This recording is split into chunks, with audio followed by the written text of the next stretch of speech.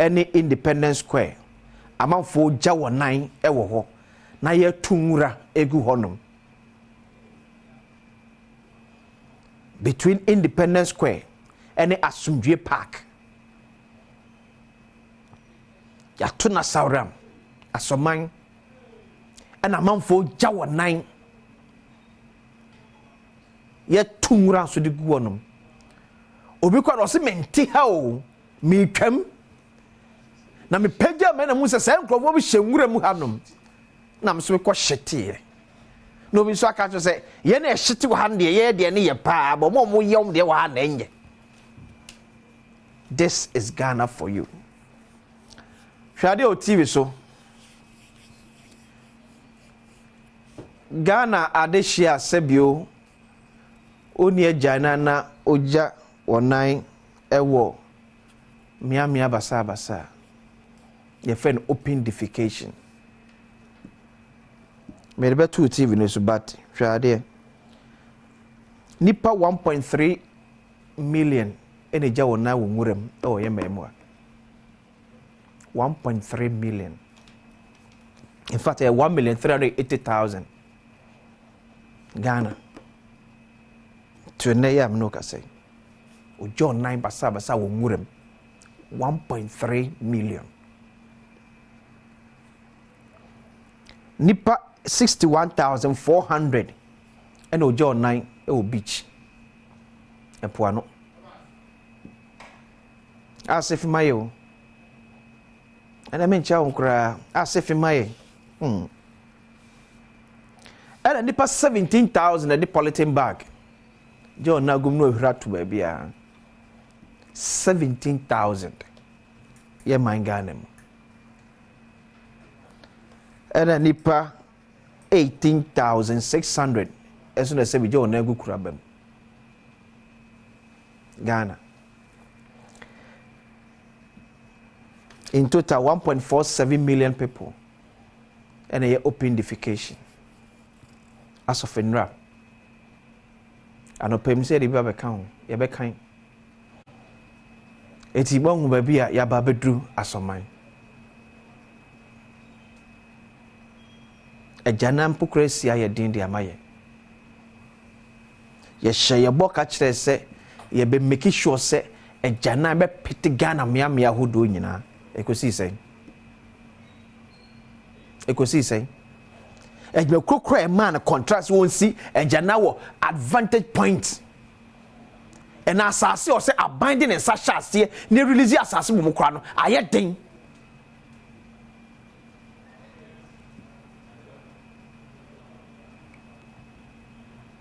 Tina in between Asumdwe Park and Independence ko na nipa sabi ekoto wonom.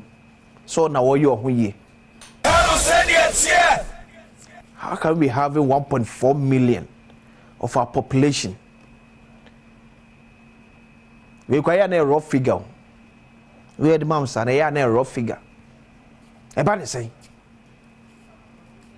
But no, because was a sika ya sinking into sanitation when mamunyes kaketwa. Ekwayifa.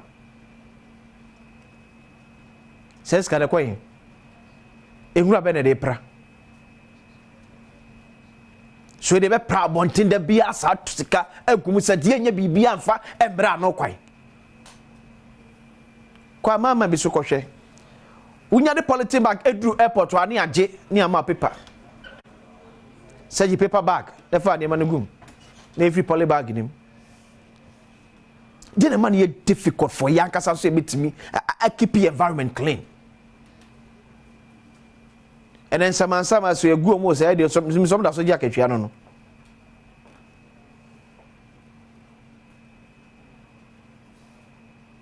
Till when enkosi da bay Ghana enkosi da bay. Yeah? Ghana enkosi da bay. And e me fin sabi e dware ensa. And obi akuta fi otumi toto abonten easily because bibia aka no obi anya ne hwe. And it kwa ma wodo so yentimi to niam to abonten niam mu de ba timi to niam to abonten from strawberries from enye e free slow ebesi from enye se leadership ne nya e form ne sei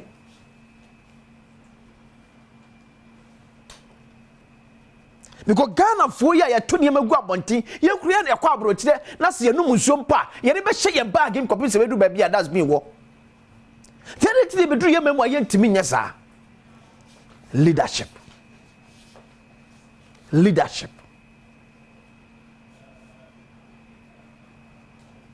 even ye mem Ghana kura no enyini se ura eye akramo na onum so betimi ato sahye bot na to fom wo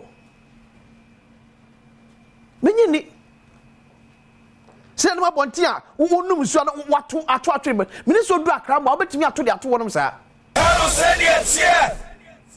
leadership the same Ghana for now ye kruya ne ura akramo ye kruya ne nante ye monte so ba ye du akramo ne sa mia hodo na ye num to abonten ba ye tisi abonten ye tetofia no pe ne akosisi ya de atofom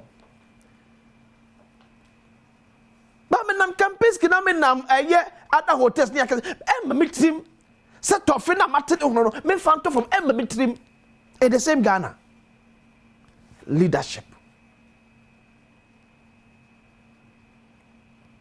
one is sanitation minister. So this was never read it, but fatos be ramushe. Etieni in bush 1.3 million. At the beach 61,000. Polythene bag 17,000. Chamber pot 18,000. And they back account. And they sorry. They back account. Ade ne ye ho sa asoman ade Accra will be the cleanest city and it was saying ne ya ho metete etete kwam se hwe Independence Square ne Asundue Park in between o Embokurani ne other areas be the modern di ahoboa na yaya ye de ebo eho se ye betimi ate enwa firi efin ne mu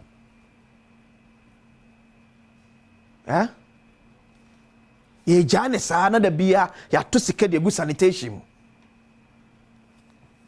se na no mekire e kadodo aban ebo e wo sanitation ho ya resource papa bia hye dem firi mu mba me ka to se eye ka eni kwase nke ye bo because eye nipa su ne ban and in leadership na betimi asesa su ene ban no okay bi won ties enyu jame say se wo jai broni se nye hye na gu ni krom na oja na sabio obeja na oka akwam obeja na nan oka akwam but en hye ye gu akwam ane to ne tim say se me twem traffic light say kim. That's about for bibe kromo a ye traffic like say so redo mo twam ani ba ne kromo nya sa e ma ne trim e ye ka yes Ghana for a chefa ba me say e leadership say leadership no e himu a bibia be say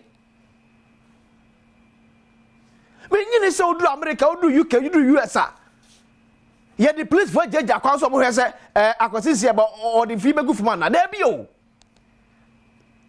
ba ura hono a wa kase wa adwena kasa kwai e reset e mo se ba bi o do the same you free same inclusive nim ti ba bi o do wa ba nim difuo mu tim wa adwenya adwuma wa adwena kasa reset e tam di akase ye mamu ha ba bi e ye mfato se menyini so be ura Accra mo no atetofia na de atofom enya sa Accra mo fa kwa police for na soldier for begina ho so le tofi to ehunu to fom aye nche omu wo ba oduru ho no mu a ehhye ye adwuma e jere de tisi abonte a enye sa there's something wrong. There's something wrong. But your power sanitation minister. You're a man for a year, machine, I say. ye de ko sanitation market enye sika ketua but you miss sound say e fi wo ye kure mu no ya sovia kodu sai e fi wo ye memu no ya sovia mu na kwa kodu sai okay say bibia na mo de champagne fo bibia na mo champagne fo kan fa chame ye te sanitation ministry ni so me dey omeyi akwan no see schools no church boss yes sir ya pa obi a sanitation minister oda na dwuma so say ka kire no but ye mem na as usual wo ka say o say change be Ghana for there bibia system bibia san ba bro chire si am say wofo mo ya de pa e na no me say covid ko you ko hwe na finance minister ko na prime minister is san say bi odros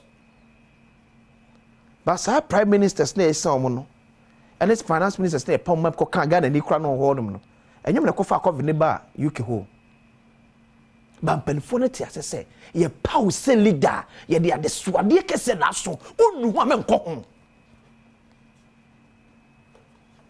ko kroma ye che position na akwa oh asimesi ni papa na bua na kufuado ekoka UK na wo pesika atwa eye politic ni papa na man sika to yourself at a position tada mbisa no okogbo eto na tenamensa deputy minister of health edidi akwasensia yakopo ya admo chana private to aso